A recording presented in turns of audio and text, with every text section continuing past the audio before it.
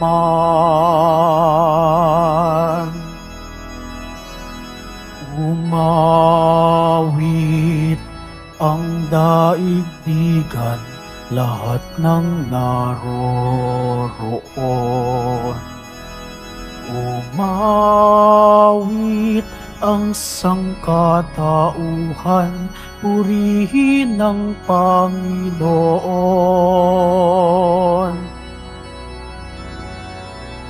Papuri sa kaitaasan, siya'y papurihan, Diyos ng lahat. O papuri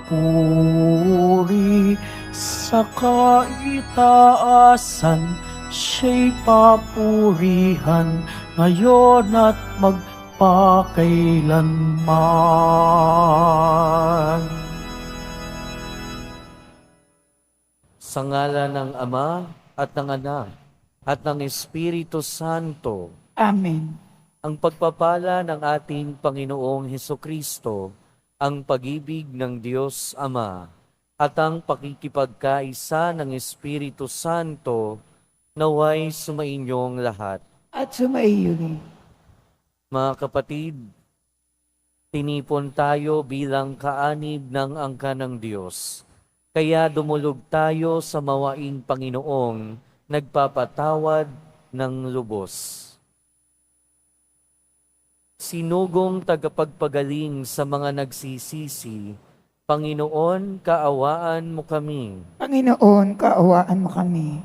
Dumating na tagapag-anyayang mga makasalanay magsisi, Kristo, kaawaan mo kami. Kristo, kaawaan mo kami. Nakaluklok ka sa kanan ng Diyos Ama para ipamagitan kami. Panginoon, kaawaan mo kami. Panginoon, kaawaan mo kami. Kaawaan tayo ng makapangyarihang Diyos, patawarin tayo sa ating mga kasalanan at patnubayan tayo sa buhay na walang hanggan. Amen. Manalangin tayo. Ama naming makapangyarihan, binuhay ng iyong anak si Lazaro mula sa kamatayan at buong lugod siyang tinanggap ni Marta sa kanyang tahanan. Ipagkaloob mong sa tapat naming paglilingkod sa aming kapwa, mapagnilayan namin tulad ni Maria ang iyong salita at makamit ang iyong gantimpala sa pamamagitan ni Hesukristo kasama ng Espiritu Santo, magpasawalang hanggan. Amen. Magsiupo po ang lahat. Pagbasa mula sa unang sulat ni Apostol San Juan. Mga pinakamamahal, mag-ibigan tayo sapagkat mula sa Diyos ang pag-ibig. Ang bawat umiibig ay anak ng Diyos at kumikilala sa Diyos. Ang hindi umiibig ay hindi kumikilala sa Diyos, sapagkat ang Diyos ay pag-ibig. Inihayag ng Diyos ang kanyang pag-ibig sa atin nang suguin niya ang kanyang bugtong na anak upang magkaroon tayo ng buhay sa pamamagitan niya. Ito ang pag-ibig. Hindi sa inibig natin ng Diyos, kundi tayo ang inibig niya. At sinugo niya ang kanyang anak upang maging handog sa ikapagpapatawad ng ating mga kasalanan. Mga pinakamamahal, yamang gayon kadakila ang pag-ibig ng Diyos sa atin. Dapat din tayong mag-ibigan. Walang taong nakakita sa Diyos kailanman. Ngunit kung tayo'y nag-iibigan, nasa atin siya at nagiging ganap sa atin ang kanyang pag-ibig. Nalalaman nating nananatili tayo sa Diyos at siya naman sa atin, sapagkat pinagkalooban niya tayo ng kanyang Espiritu. Nakita namin at pinatotohanang sinugo ng Ama ang kanyang anak bilang tagapagligtas ng sanlibutan. Ang nagpapahayag na si Jesus, ang anak ng Diyos, ay nananatili sa Diyos at ang Diyos na may nananatili sa Kanya. Nalalaman natin at pinananaligan ang pag-ibig ng Diyos sa atin. Ang Diyos ay pag-ibig. Ang nagpapatuloy na umiibig ay nananatili sa Diyos at nananatili naman sa Kanya ang Diyos. Ang salita ng Diyos. Salamat sa Diyos. Palagi kong pupurihin ang dakilang poon natin. Palagi kong pupurihin ang dakilang poon natin. Panginooy aking laging pupurihin. Sa pasasalamat, di ako titigil. Aking pupurihin Kanyang mga gawa. Kayong naaapi, makinig, matuwa. Palagi kong pupurihin ang dakilang poon natin. Ang pagkadakila niya ay ihayag at ang ngalan niya'y purihin ng lahat. Ang aking dalangin, dininig ng Diyos, nawala sa akin ang lahat kong takot. Palagi kong pupurihin ang dakilang poon natin. Nagalak ang aping umasa sa Kanya, pagkat di nabigo ang pag-asa nila. Tumatawag sa Diyos ang walang pag-asa. Sila'y iniligtas sa hirap at dusa. Palagi kong pupurihin ang dakilang poon natin. Anghel yaong bantay sa may takot sa Diyos. Sa mga panganib, sila'y kinukupkop. Ang galing ng poon, hahanaping masikap. Yaong nagtiwala sa Kanya't naligtas, ay maituturing na taong mapalad. Palagi kong pupurihin ang dakilang poon natin. Matakot sa poon, kayo, Kanyang bayan, nang makamtan ninyo ang lahat ng bagay. Kahit mga leyon ay nagugutom din, sila'y nagkukulang sa hustong pagkain.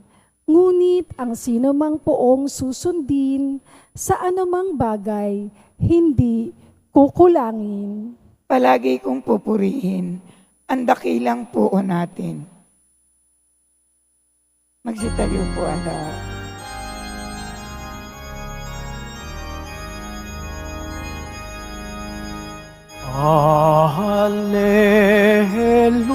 Alleluia, Alleluia,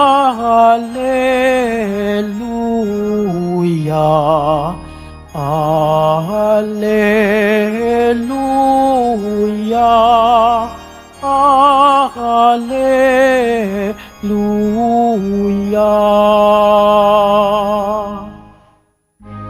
Sinabi ni Jesucristo, ako ang ilaw ng mundo at buhay ng alagad ko.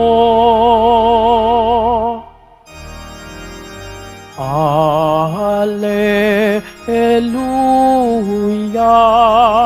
Alleluia,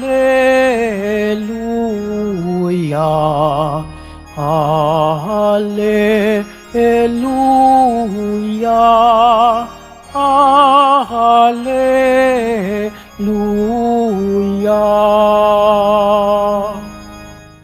Sumainyo ang Panginoon.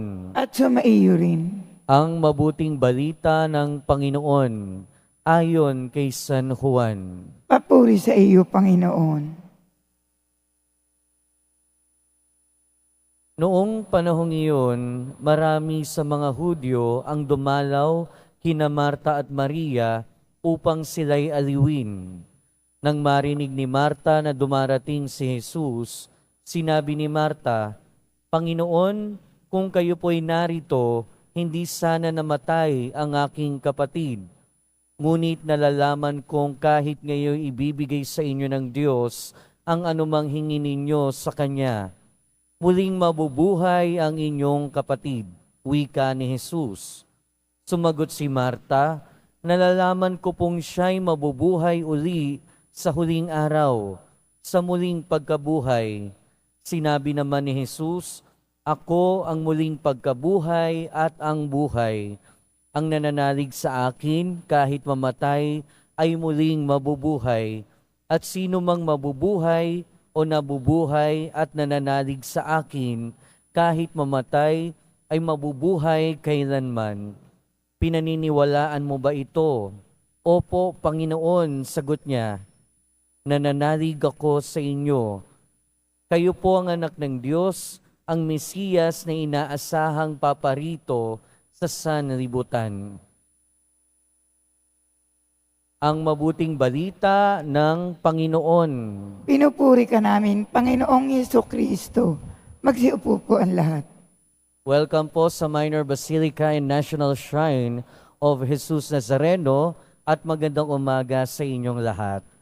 Mga kapatid, ngayong araw, ipinagdiriwang natin ang paggunita kina Marta, Maria at Lazaro. Itong tatlong magkakapatid na taga Betania. Prior to 2021, ang pinagdiriwang lang natin on the same day ay ang kapistahan ni Marta. Pero noong 2021, binago ito ni Pope Francis. Kaya naging kapistahan ni Marta, Maria at Lazaro. At alam nating lahat, nakakaunti lang naman yung alam natin at nasusulat sa kasulatan sa Biblia tungkol kay Maria, Marta at Lazaro.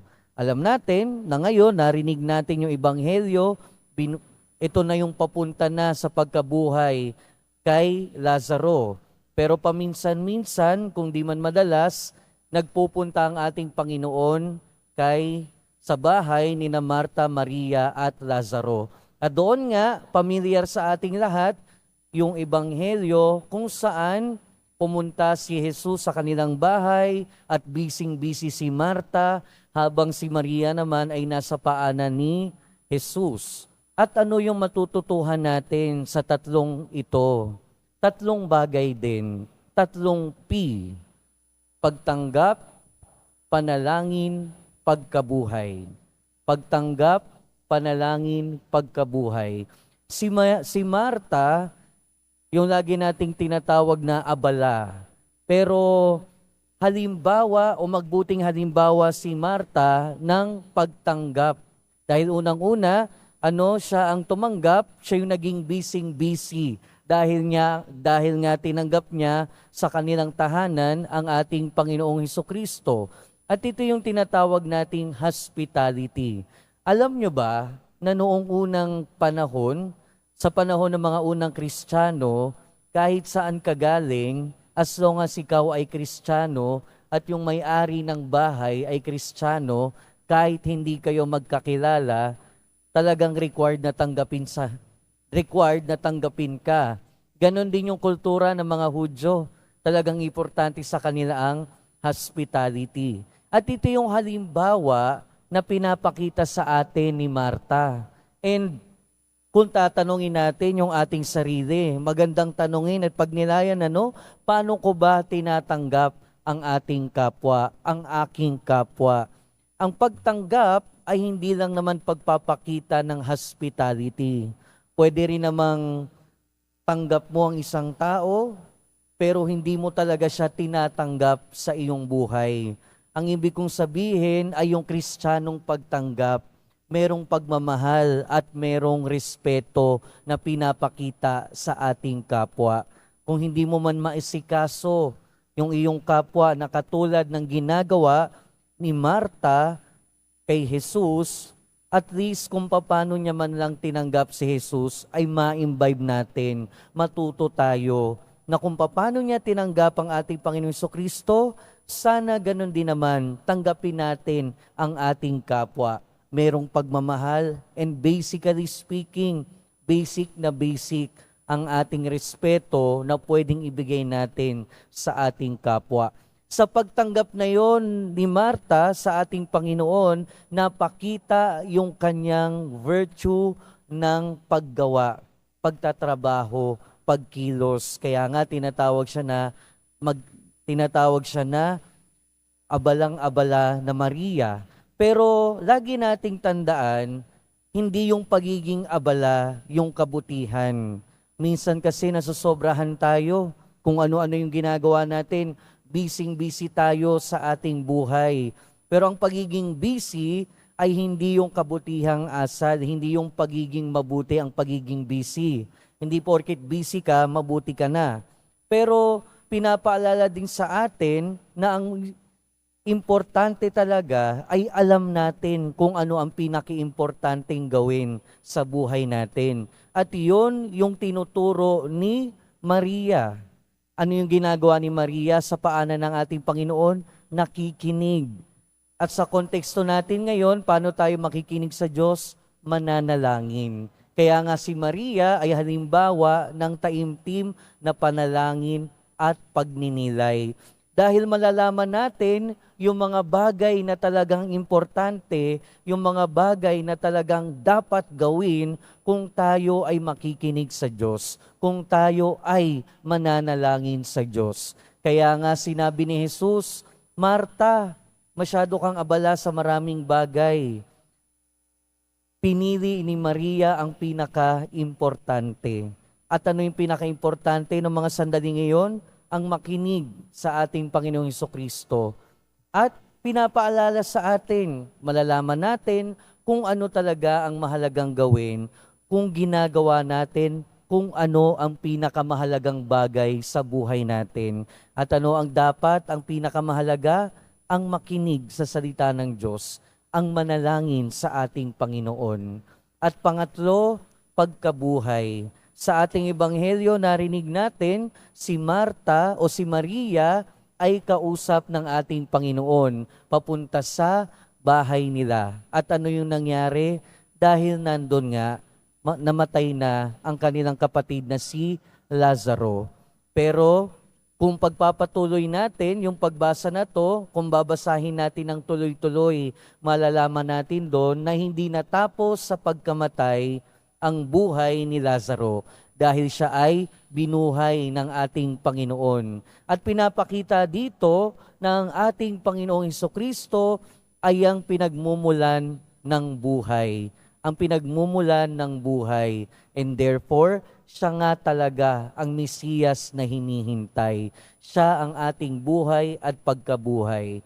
Kaya sa pagpapatuloy ng ating buhay, mga kapatid, matuto tayo sa halimbawa ng tatlong ito, sa paggawa at pagtanggap ni Marta, sa pagninilay at panalangin ni Maria, at buhay sa pagmuling pagkabuhay ni Lazaro. At ang buhay na ito ay nagmumula sa ating Panginoon. Pero ano yung common sa tatlong ito? Ano yung dapat nating tularan unang-una sa tatlong ito? Mga kapatid, sina Marta, Maria at Lazaro ay mga matalik na kaibigan ng ating Panginoon. Ibig sabihin, sila ay close sa ating Panginoon. Sila ay malapit sa ating Panginoon. Kaya nagkaroon ng matinding sense of hospitality at pagtanggap si Marta dahil na rin sa ating Panginoong Hesukristo. Natutong makinig sa salita ng Diyos at manalangin si Maria dahil sa ating Panginoong Jesucristo. At nabuhay na muli si Lazaro dahil sa ating Panginoong Jesucristo. Dahil sa ating Panginoong Jesucristo, dahil sila ay malapit sa ating Panginoong Jesucristo. At nawa, ganun din naman sana tayo. Gugulin natin yung ating oras, ang ating panahon at ating buhay na mapalapit sa ating Panginoong Jesucristo. Amen. Magsitayo na po ang lahat. Magsitayo po ang lahat.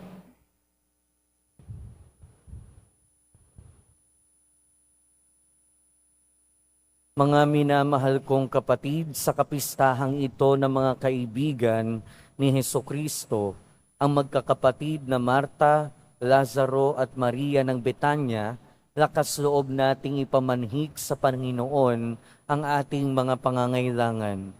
Panginoong aming kaibigan, dinggin mo kami. Panginoong aming kaibigan, dinggin mo kami.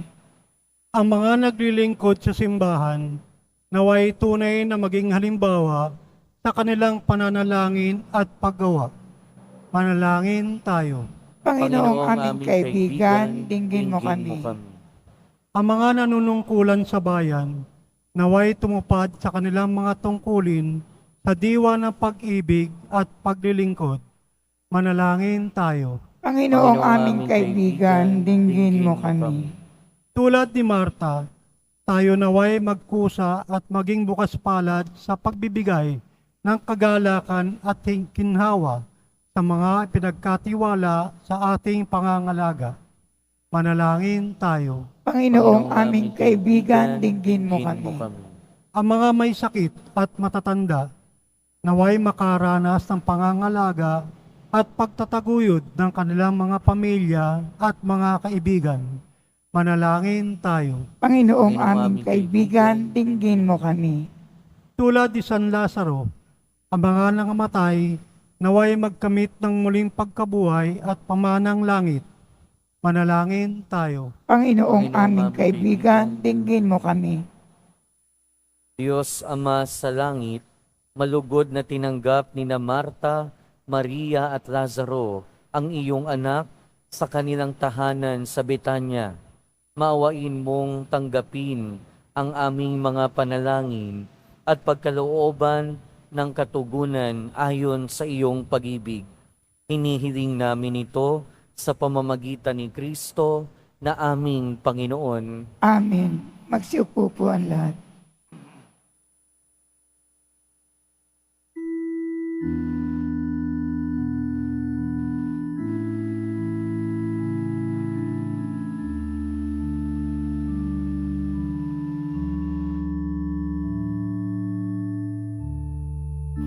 Aming alay sa'yo, Panginoon.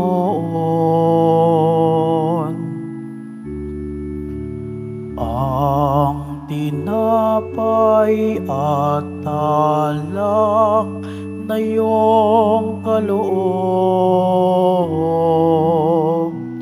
upang gunitain ang iyong buhay na inialay nang tayo'y magdiwang bilang isang sambayanan.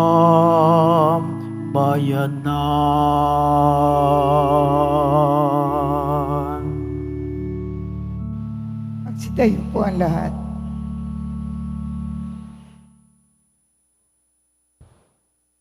Manalangin kayo mga kapatid upang ang paghahain natin ay kalugdan ng Diyos amang makapangyarihan. Tanggapin nawa ng Panginoon itong paghahain sa iyong mga kamay, sa kapurihan niya at karangalan, sa ating kapakinabangan at sa buong sambayanan niyang banal. Ama naming lumikha, ipagkaloob mong aming mapagkumbabang paglilingkod ay kalugdan mo sa ikararangal ng mga banal mong ikinalulugod at sa ikadadalisay ng aming katauhan at loob sa pamamagitan ni Hesukristo kasama ng Espiritu Santo magpasawalang hanggan. Amen. Sumainyo ang Panginoon. At sumaiyo rin. Itaas sa Diyos ang inyong puso at diwa. Itinaas na namin sa Panginoon. Pasalamatan natin ang Panginoong ating Diyos. Marapat na siya ay pasalamatan. Ama naming makapangyarihan, tunay ngang marapat na ikaw ay aming pasalamatan. Ang pagpaparangal sa iyong kabutihay, lagi mong pinaalingaw-ngaw sa iyong sambayanan. Sa pagkakaroon ng mga kaanib na maasahan at tapat, tulad mo sa pananagutan, upang magbunga ang punyagi ng iyong anak, na sa iyong pag-ibig kami makatulad. Ang mga banal na tao'y tumutulong sa lahat sa pagbibigay halimbawa, panalangin wagas. Kaya kaisa ng mga anghel na nagsisiawit ng papuri sa iyo nang walang humpay sa kalangitan, kami nagbubunyi sa iyong kadakilaan.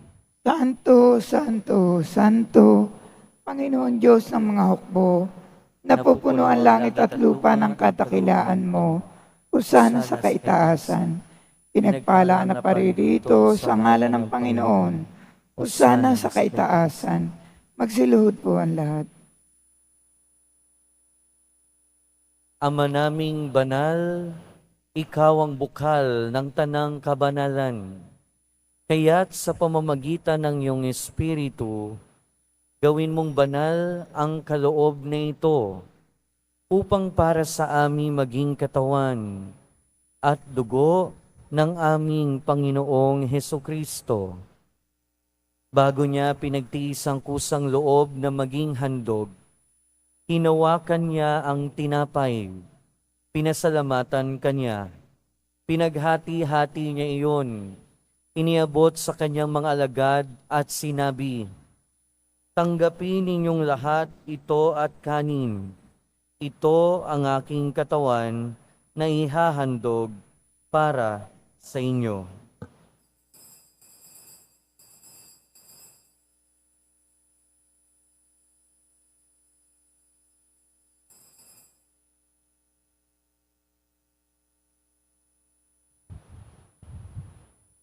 Gayon din naman nung matapos ang hapunan, hinawakan niya ang kalis, muli kanyang pinasalamatan. Iniabot niya ang kalis sa kanyang mga alagad at sinabi, "Tanggapin ninyong lahat ito at inumin. Ito ang kalis ng aking dugo, ng bago at walang hanggang tipan. Ang aking dugo na ibubuhos para sa inyo at para sa lahat, sa ikapagpapatawad ng mga kasalanan. Gawin ninyo ito sa pag-alala sa akin."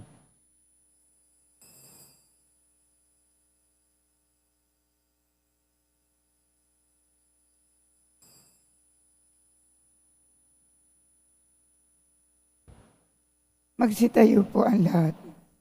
Ipagbunyi natin ang misteryo ng pananampalataya. Si Kristo'y namatay, si Kristo'y nabuhay, si Kristo'y babalik sa wakas ng panahon. Ama, ginagawa namin ngayon ang pag-alala sa pagkamatay at muling pagkabuhay ng iyong anak.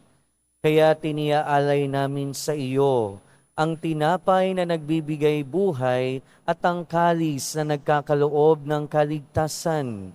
Kami nagpapasalamat dahil kami iyong minarapat na tumayo sa harap mo para maglingkod sa iyo. Isinasamo namin kaming magsasalo-salo sa katawan at dugo ni Kristo ay mabuklod sa pagkakaisa sa pamamagitan ng Espiritu Santo. Ama, lingapin mo ang iyong simbahang laganap sa buong daigdig. Puspusin mo kami sa pag-ibig kay San Francisco na aming Santo Papa at ni Jose na aming Obispo at ng Tanang Kaparian. Alalahanin mo rin ang mga kapatid naming nahimlay nang may pag-asang sila'y muling mabubuhay, gayon din ang lahat ng mga pumanaw. Kaawaan mo sila at patuloyin sa iyong kaliwanagan. Kaawaan mo at pagindapating kaming lahat na makasalo sa iyong buhay na walang wakas, kaysa ng mahal na Birheng Maria na Ina ng Diyos, ng kabiyak ng puso niya si San Jose, kaysa ng mga apostol ni San Juan Bautista, Santa Maria, Santa Marta at San Lazaro, at ng lahat ng mga banal na namuhay dito sa daigdig ng kalugod-lugod sa iyo. Maipagdiwang nawa namin ang pagpupuri sa ikararangal mo sa pamamagitan ng iyong anak na aming Panginoong Hesukristo.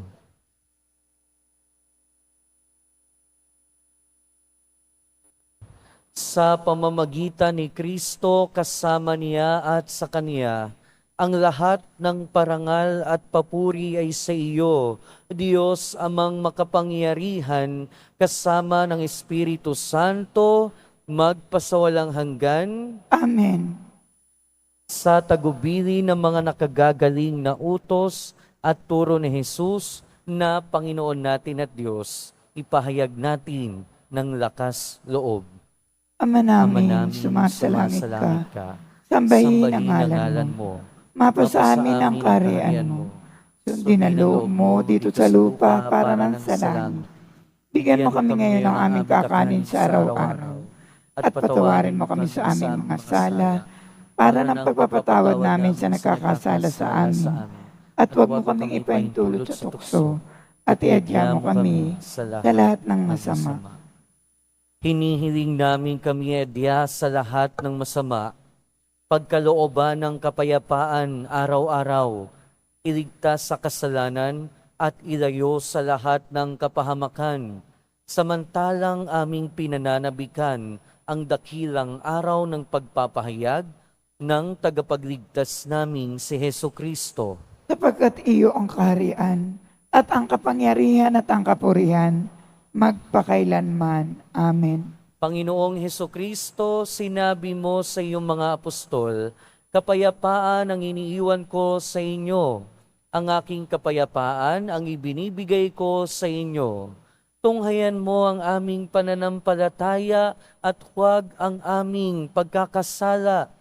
Pagkalooban mo kami ng kapayapaan at pagkakaisa ayon sa iyong kalooban kasama ng Espiritu Santo magpasawalang hanggan. Amen. Ang kapayapaan ng Panginoon ay laging sumainyo. At sumaiyo rin. Magbigayan kayo ng kapayapaan sa isa't isa. Peace be with you po. Peace be with you. Kordero ng Diyos na nag-aalis ng mga kasalanan ng sanlibutan, maawa ka sa amin. Kordero ng Diyos na nag-aalis ng mga kasalanan ng sanlibutan, maawa ka sa amin. Kordero ng Diyos na nag-aalis ng mga kasalanan ng sanlibutan, ipagkaloob mo sa amin ang kapayapaan. Magsiluhod po ang lahat.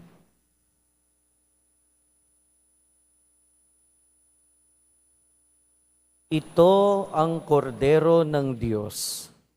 Ito ang nag-aalis ng kasalanan ng sanlibutan. Mapalad ang mga inaanyayahan sa kanyang piging. Panginoon, hindi ako karapat-dapat magpatuloy sa iyo, ngunit sa isang salita mo lamang ay gagaling na ako.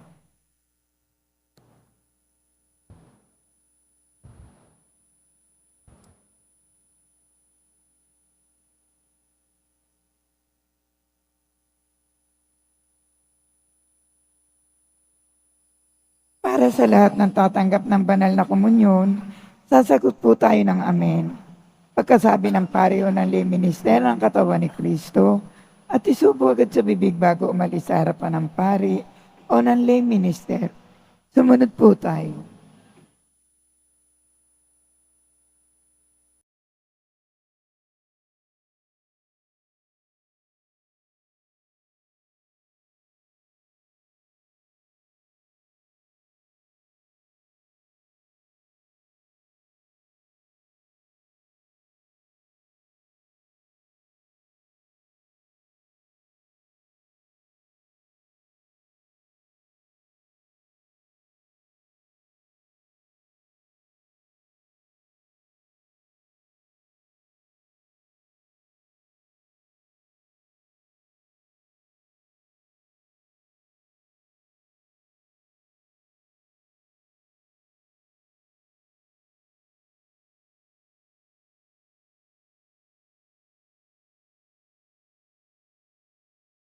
Ama naming mapagmahal, sa pagsilang sa langit ng mga banal, kaming mga nakinabang ay dumadalangin magkamit ng di magmamaliw na kabutihang ngayon pa man ay minagandang loob mong ibigay. Sa pamamagitan ni Heso Kristo, kasama ng Espiritu Santo, magpasawalang hanggan, Amen. sumainyo ang Panginoon. At sumaiyo rin. Mahal na poong Jesus Nazareno, inihayag mo sa pamamagitan ng krus ang walang maliw na pag-ibig ng Diyos sa sangkatauhan. Pakinggan mo ang kahilingan ng iyong angkan na nagsusumamo sa iyo. Makamtanawa nila ang iyong katugunan at tanggapin ang kasagutan na may utang na loob na tinatanaw. Basbasan din po ninyo ang mga daladala nilang imahen at dasalan.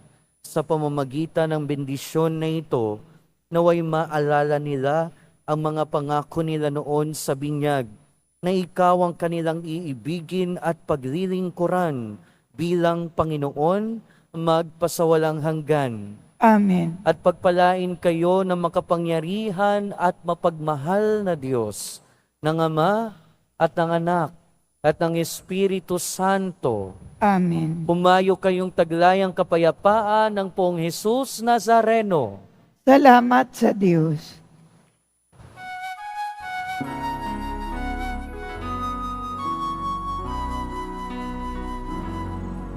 Nuestro Padre Jesus Nazareno, sinasamba ka namin.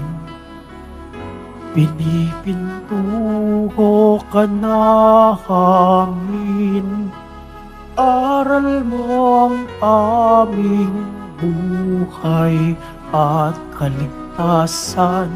Nuestro Padre Jesus Nazareno, iligtas mo kami sa kasalanan. Ang krus mong kinamatayan ay sagisag ng aming kaligtasan.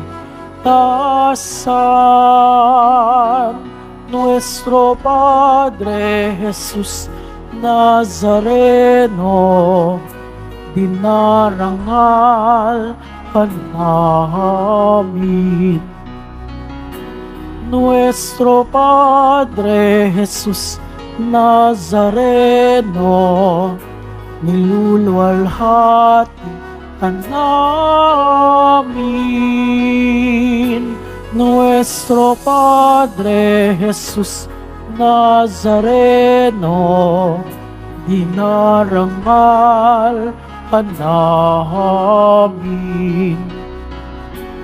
Nuestro Padre Jesus Nazareno, niluluwalhati ka namin.